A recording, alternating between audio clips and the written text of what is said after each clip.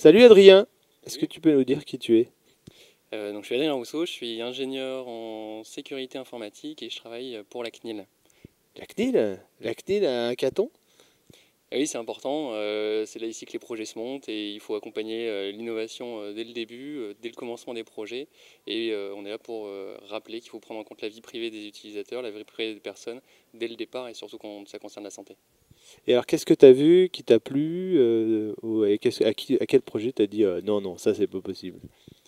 Je pense pas qu'on ait dit non, non, c'est pas possible à un seul projet. On a peut-être un peu réorienté quelques petites choses, notamment sur les mesures de sécurité. Il y en a qui n'avaient pas forcément pensé dès le départ. Alors, on va pas les implémenter ce week-end parce que c'est pas forcément, ils n'ont pas forcément le temps sur le hackathon, mais déjà quand même penser à la sécurité dès le départ, c'est important et les droits des personnes. Rappeler des petites choses simples, le fait que les personnes vont pouvoir devoir accéder à leurs données, pouvoir modifier quelques données, enfin les données qui les concernent, y accéder, et rappeler aussi que le jour où l'utilisateur ne voudra plus utiliser le service, il faut le prévoir et prévoir qu'il faudra supprimer les données. Et alors t'as eu des projets qui t'ont plus ou moins plu? Je pense que tous les projets sont assez intéressants. Il faudra voir ce qui va en ressortir. Un projet intéressant, à voir comment il va se développer sur le DMP Connect. On va voir, il y a quelques petits soucis justement. Il y a des petits soucis techniques justement sur ce projet parce qu'ils ne peuvent pas tout maîtriser et il y a d'autres choses qui sont à maîtriser notamment voilà, par la ZIP Santé sur ce projet-là. Mais c'est intéressant ouais, de voir ce qui va en sortir.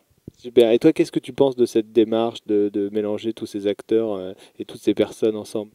C'est important, il faut absolument que tout le monde se mette en commun, rassemble ses forces, qu'il y ait aussi bien des développeurs, des designers, des professionnels de santé et tous les acteurs juridiques et techniques qui sont présents, que tout le monde soit en commun, se mette en commun sur un week-end.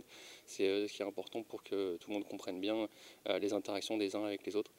Mais alors, on critique souvent la CNIL parce que si demain, moi, je veux déposer un projet, ça va prendre des mois et des mois.